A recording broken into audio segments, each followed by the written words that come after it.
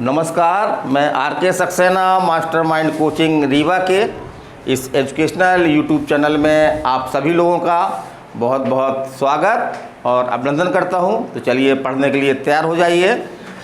आज मेरा है मुगल वंश में आज से स्टार्ट कर रहा हूं और ये हमारी क्लासें निरंतर जो है वो चलती रहेंगी जब तक हिस्ट्री आपकी ख़त्म नहीं हो जाएगी। तो इसको देखें आप लोग और बताएं आपको कैसा लगा। तो ये हमने सिंधु घाटी से सफ़र शुरू किया था अपना, और आज हमारी कौन सी क्लास है, क्रम याद है किसी को? 26वीं 27वीं 28वीं क्लास आई है ना। तो मेरी ये हिस्ट्री की 28वीं क्लास है ये। इसके पहले 27 क्लासें आपके यूट्यूब चैनल में अवेलेबल है, सिंधु घाटी सभ्यता से बाकायदा पूरा चलते हुए आगे तक। और हम कहाँ तक आ गए हैं? मुग़ल वंश तक आ गए हैं। तो भारत का ये अंतिम मुस्लिम वंश है ये, और उसके बाद तो हमारा देश आज़ाद हो गया और जो राजतंत्र था वो ख़त्म हो गया और वर्तमान में हम जो है प्रजातंत्र में रह रहे हैं।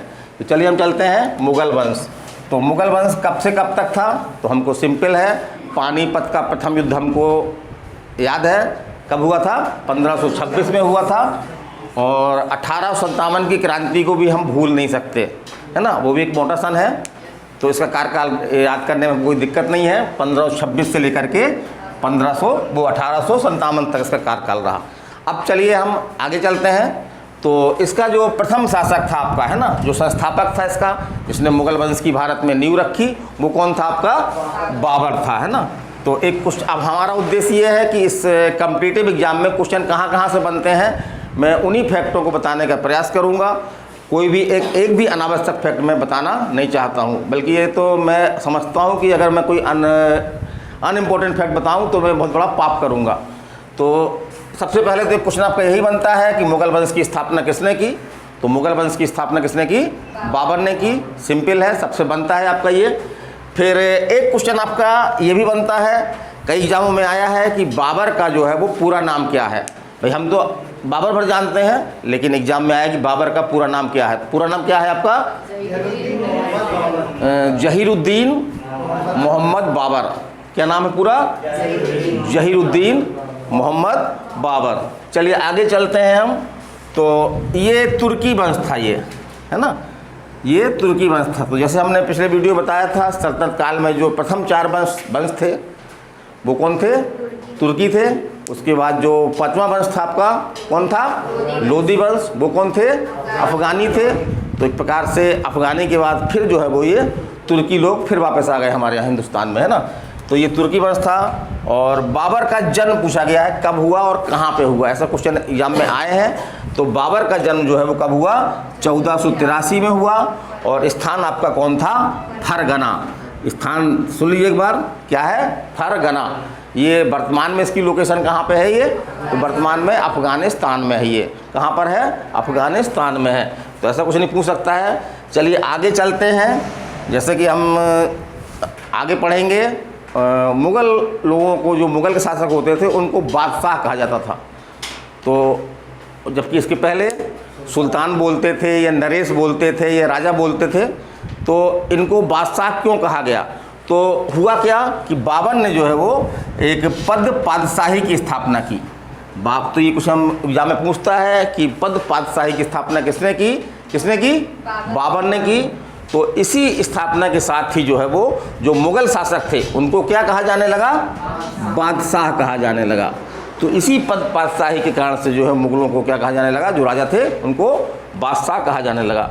और पानीपत का प्रथम युद्ध तो फेमस है, भारत में आक्रमण किया था बाबर ने। लेकिन ये पहला आक्रमण नहीं था पानीपत का, बल्कि इसके पहले बाबर जो है वो, ये बाबर का 5 आक्रमण यहाँ पे कर चुका था। तो भारत में पहला आक्रमण 5 बार आक्रमण किया है ना, ये याद रखिएगा आप। और बाबर का पहला आक्रमण जो है वो कब हुआ था? 1519 में। और किसके खिलाफ था? यूसुफ जाई जनजाति के ये खिलाफ था ये। चलिए आगे चलते हैं। तो बाबर 1526 के पानीपत के युद्ध में बाबर ने जो है वो किसको पराजित किया? इब्राहिम लोदी को पराजित किया। इब्राहिम लोदी जो है वो घटना युद्ध स्थल में ही मारा गया। इतिहास में ये ऐसी दुर्लभ घटना, पहली घटना मिलती है कि कोई राजा जो है वो युद्ध स्थल में मारा जाए। सामान्यतः होता क्या है कि जैसे ही राजा पराजित होता है तो उसके सैनिक जो है उसको सुरक्षित युद्ध स्थान से जो है वो निकाल ले जाते थे। लेकिन ये इतना दुर्भाग्यशाली कहेंगे अपन इसको कि पानीपत के युद्ध में जो है वो युद्ध क्षेत्र में ही जो है वो ये मारा गया था। कौन मारा गया था? इब्राहिम लोदी मारा गया था। तो पानीपत के युद्ध में बाबर ने इब्राहिम लोदी को पराजित करके और भारत में क्या की? मुगल वंश की स्थापना की। तो ऐसा क्वेश्चन पूछा गया कि किस युद्ध के बाद भारत में मुगल वंश की स्थापना हुई? तो पानीपत के प्रथम युद्ध के बाद। किसके युद्ध के बाद? पानीपत के प्रथम युद्ध के बाद। और इस युद्ध में बाबर ने जो है भारत में पहली बार जो है वो क्या किया?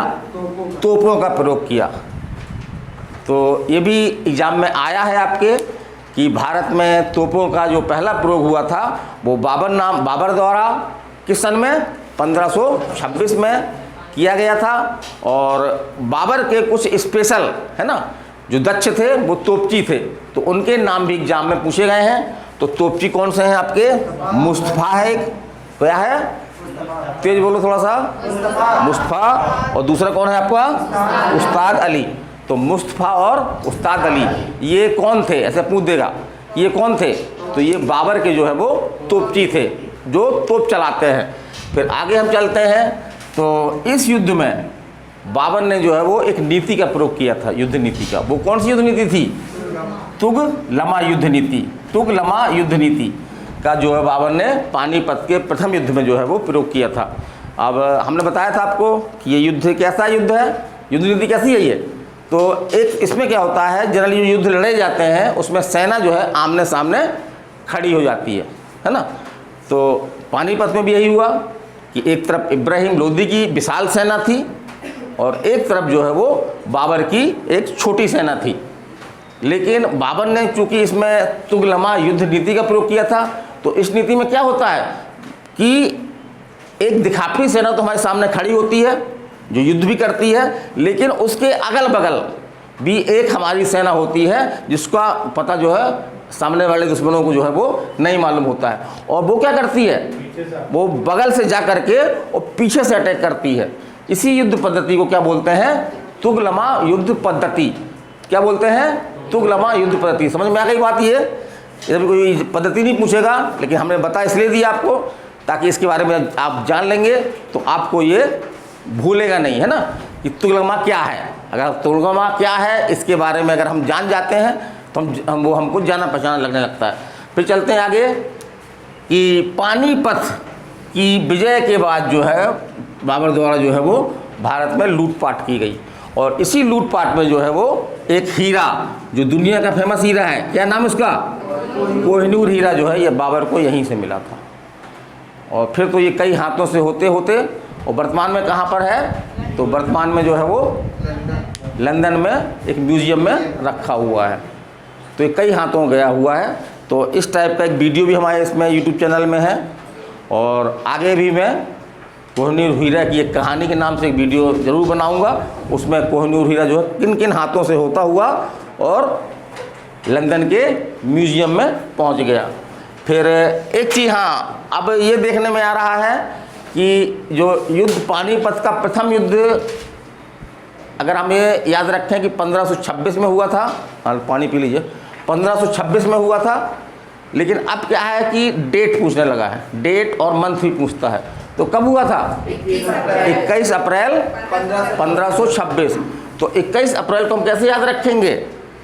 1526 है ना, लास्ट अंक क्या है? 26 है। उसमें से हम तीसरा अंक कौन सा आ रहा? 5 आ रहा। उसको हम जब घटा देंगे तो क्या आ जाएगा? 21 आ जाएगा। तो इससे हम 21 अप्रैल डेट भी याद रख लेंगे। और चलिए हम आगे चलते हैं। बाबर को जो है वो एक उपाधि दी गई थी। वो क्या उपाधि थी? कलंदर की उपाधि। तो बाबर को उसकी उदारता के कारण जो है वो कलंदर की उपाधि भी दी गई है। तो ये एग्जाम में क्वेश्चन आपके आ जाता है कि कलंदर की उपाधि किसने धारण की? तो किसने धारण की? बाबर ने धारण की। फिर हम आगे चलते हैं। दूसरा युद्ध कौन था इसका? आपका खानवा का युद्ध था। ये कब हुआ? 1527 में, माने पानीपत के जस्ट अगले साल। पानीपत के जस्ट अगले साल। और इसमें जो है बाबर ने किसको पराजित किया? राणा सांगा को। है ना। बाबर ने जो है वो राणा सांगा को जो है वो पराजित किया और एक उपाधि धारण की। वो उपाधि क्या थी? गाजी। तो ये क्वेश्चन पूछा गया है, किस युद्ध में जीत के बाद बाबर ने गाजी की उपाधि धारण की? तो किस युद्ध में? खानवा के युद्ध में। और राणा सांगा ने अंततः जो है वो किसी ने उनको जहर दे दिया, इससे राणा सांगा की जो है वो मृत्यु हो गई। और एक चीज़ में और पूछता है कि राणा सांगा से जब बाबर ने लड़ाई लड़ी तो एक प्रकार से एक ऐसा लगने लगा कि बाबर जो है पराजित होने वाला है ना। तो बाबर ने जो है वो एक नारा दिया था इस युद्ध में। वो नारा क्या था? जिहाद का। जिहाद का मतलब ये होता है कि सैनिकों की जो मनोबल गिर रहा था, क्योंकि ज़्यादातर मुस्लिम सैनिक थे इसके यहाँ, तो उनको ये कहा गया कि ये जो है वो एक आम युद्ध नहीं है, ये एक प्रकार से धर्म युद्ध है ना। धर्म युद्ध है जिसको हमको जो है वो जीतना होगा। तो जिहाद का नारा बाबर ने जो है वो किस युद्ध में दिया? तो किस युद्ध में दिया? खानवा में। क्या कहा बाबर ने? कि धर्म युद्ध है, सामने वाले काफिर हैं, इनको क्या करो? इनको खा जाओ, इनको खा जाओ। तो खा से क्या बना लेंगे? खानवा बना लेंगे। तो इस तरह से हमको याद रहेगा कि खानवा के युद्ध में बाबर ने जो है वो कौन सा नारा दिया? जिहाद का नारा दिया। याद रहेगा ना, भूलेगा नहीं। फिर अगला युद्ध है आपका चंदेरी का युद्ध, है ना। चंदेरी का युद्ध सन वही अगले साल, तो 1527 के बाद 1528। और बाबर ने किसको पराजित किया? मेदिनी राय। उस समय का एक बड़ा शासक था ये मेदिनी राय। तो बाबर ने जो है इसको पराजित किया। और अगला युद्ध हम देखते हैं, तो अगला युद्ध कौन सा आपका? घाघरा का युद्ध। ये अगले सन 1529 में हुआ। और बाबर ने किसको पराजित किया? अफगानों को, मतलब कि अपने ही भाइयों को, अपने घर वालों को ही, अपने घर वालों के ऊपर। भाई कहाँ का था बाबर? अफगान का था। और ये भी किसको हराया? अफगानी को हराया, माने अपने घर वालों को ही हराया। तो घा से घर बना लीजिए और घा से घाघरा बना लीजिए। तो इस तरह याद रहेगा कि घर वालों को हराया। घर वाले कौन थे उनके? अफगानी थे। तो इस तरह से आपको याद रहेगा घाघरा युद्ध में बाबर ने किसको पराजित किया? तो अपने घर वालों को किया, माने वो भी क्या थे? अफगानी थे। तो अपने घर वालों को ही जो है वो पराजित किया। तो इससे आप ये याद रख सकते हैं कि घाघरा के युद्ध में बाबर ने किसको पराजित किया? अपने घर वालों को, मतलब अफगानों को पराजित किया। और एक बहुत ही इम्पोर्टेंट फैक्ट है, ये आपका क्वेश्चन यूपीएससी, है ना, संघ लोक सेवा आयोग में आपका क्वेश्चन ये जीएस में आया हुआ है ये, कि भारतीय इतिहास का ऐसा कौन सा युद्ध है जो पानी और ज़मीन दोनों में लड़ा गया, हमने जल और स्थल दोनों में लड़ा गया। तो आपका यही युद्ध है घाघरा का युद्ध, जो आपके जो है वो जल और स्थल दोनों में लड़ा गया। ठीक है। तो ये बाबर द्वारा मुख्य रूप से 4 युद्ध लड़े गए और इनसे क्वेश्चन आपके बनते हैं। तो चलिए हम ट्रिक बताते हैं कुछ आपको कि इनको कैसे याद रखना है। युद्धों का क्रम अगर आपको याद होगा तो सन तो क्रम से लगे हुए हैं, तो सन भी आपको याद हो जाएंगे। और किसको पराजित किया उसकी भी हम ट्रिक यहाँ पे बताएंगे। तो एक आप शब्द रखिए, खाना, पानी, धोती, घाघरा। खाना, पानी, वो पानी खाना, इसको अलग मत कर दिए। तो पानी तो मालूम है अपन को पहला युद्ध है। तो पानी, खाना, धोती, घाघरा। तो पानी से क्या बन गया आपका? पानीपत का प्रथम युद्ध। सन हमको मालूम भी है पहले से, क्या है? सन 1526 है। फिर खाना से क्या बना आपका? खानवा का युद्ध। यहाँ पे क्या है आपका? 1527 माने अगला साल। फिर धोती, तो धोती कहाँ की फेमस है? मध्य प्रदेश में चंदेरी की। तो इससे चंदेरी का युद्ध बन गया। और फिर घाघरा, मतलब घाघरा ही बन गया, है ना। और ये अगला सन 1529। इस तरह से आपको याद रहेगा ये। अब किसको पराजित किया? तो पानीपत के प्रथम युद्ध में तो किसको पराजित किया? तो मालूम है हमको, किसको? इब्राहिम लोदी को। खानवा के युद्ध में राणा सांगा को, है ना, क्योंकि इसमें जिहाद का नारा दिया, वो बोला खा जाओ, है ना। तो खानवा। और धोती चंदेरी के युद्ध में किसको हराया? तो चंदेरी किसके लिए फेमस है? साड़ी के लिए। और साड़ी कौन पहनती हैं? महिलाएं पहनती हैं। तो महिलाएं से बना लिए मेदिनी राय। माँ से महिला, माँ से मेदिनी राय। तो किसको पराजित किया? मेदिनी राय को पराजित किया। फिर घाघरा का युद्ध किसको पराजित किया? अफगानों को पराजित किया। तो इसके पूरे हमने बताई थी कि अपने ही घर वालों को घाघरा युद्ध में पराजित किया। तो घा से घर वाले, घा से घाघरा। और घर वाले कौन थे? बाबर कहाँ का था? अफगानिस्तान का था, है ना। माने उसने अफगानों को पराजित किया। चलिए याद रहेगा इस तरह से। चलिए हम आगे चलते हैं। अगला क्वेश्चन आपका ये बनता है कि मुगल वंशों में ये देखा गया है, शासकों में जो बादशाह थे कि वो अपनी आत्मकथा जो है वो लिखते थे या उनकी आत्मकथा कोई दूसरा लिखता था, है ना। तो बाबर ने जो है वो अपनी आत्मकथा स्वयं लिखी थी। उसका क्या नाम था? बाबर नामा। अगर थोड़ा टेक्निकल नाम देखें तो क्या नाम है? तुजुक ए बाबरी। तुजुक ए बाबरी। तो बाबर नामा पुस्तक के लेखक कौन पूछते तो कौन लिखेंगे आप? बाबर। और किस भाषा में लिखी थी ये? तो तुर्की भाषा में लिखी थी, क्योंकि बाबर जो है वो तुर्की वंशज का था।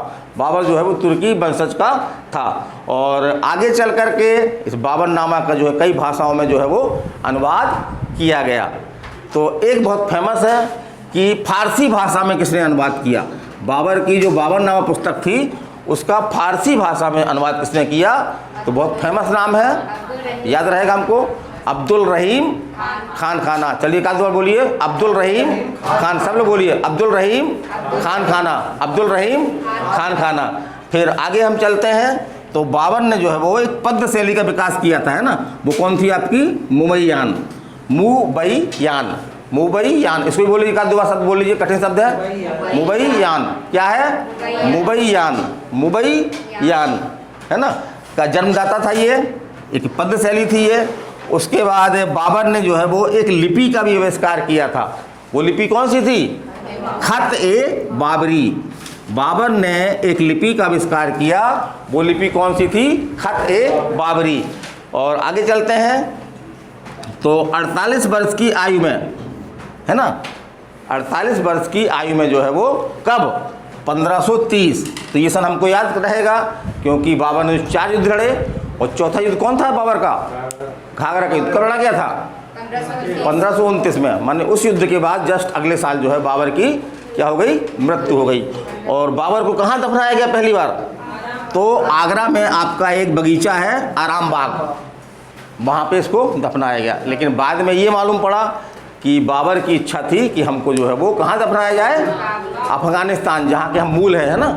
ये इच्छा जनरली होती है हम लोगों में भी, है ना, कि जहाँ हमारा जन्म स्थान होता है तो हमको वहीं पे जो है वो हमारा अंतिम स्थान भी हो। तो यही बाबर की भी इच्छा थी कि उसको जो है वो काबुल में दफनाया जाए। तो क्या किया गया? एक बार पुनः उसकी कब्र को खोद करके और बाबर को निकाला गया और पुनः कहाँ दफनाया गया? काबुल में। तो एक क्वेश्चन, आप काबुल कहाँ है? अफगानिस्तान में। काबुल जो है वो अफगानिस्तान माने भारत के बाहर है। तो एक क्वेश्चन आपका एग्जाम में ये भी आया है कि किस मुगल बादशाह की कब्र जो है वो भारत में नहीं है? तो किसकी नहीं है? बाबर की नहीं है, है ना। तो ये आज बहुत ज़्यादा नहीं पढ़ाया हूँ आज, क्योंकि बाबर एक अपने आप में एक बड़ा शासक है। उसने एक मुगल वंश की स्थापना की, उसके बारे में बहुत सारी जानकारियाँ हैं। तो सभी जानकारी तो मैंने नहीं बताया है, लेकिन लगभग जो एग्जाम में जानकारियाँ आती हैं वो मैंने बताई है। हाँ बच्चे, पंखा बंद करना पड़ता है। गर्मी लग रही क्या है? तो हम लोग बोल देते हैं पहले, भाई गर्मी तो थोड़ा क्या करना पड़ेगा? सहना पड़ेगा। हम ये भी बंद करके चलाते थे, तो चल रहा बड़ी आराम से ये, नहीं तो इसको ही बंद करते थे। तो चलिए अगला हमारा मुगल वंश पे ही वीडियो होगा। अगला शासक कौन है? तो हुमायूं और अकबर। तो कोशिश मैं करूँगा कि कल जो है वो, क्योंकि बड़े बड़े शासक हैं, काफ़ी इनके बारे में फैक्ट हैं, अगर इनको समेटूँगा जल्दी तो फिर फैक्ट निकल जाएंगे, तो फिर मैं पढ़ाने कोई मतलब नहीं निकलेगा। तो कम से कम इम्पोर्टेंट चीज़ें तो आपकी आ जाएँ। तो कल का वीडियो हमारा मुख्य रूप से आपका हुमायूं, और यदि अकबर तक पहुंच पाए तो अकबर भी देखेंगे। तो मैं RK Saxena, mastermind coaching Rewa, आप सभी लोगों का धन्यवाद देता हूं कि आपने हमारा वीडियो देखा। और जो नए लोग हों तो उसको अगर अच्छा लगे तो एक लाइक ज़रूर करें। और अगले वीडियो तक मैं विदाई लेता हूं। नमस्कार, धन्यवाद।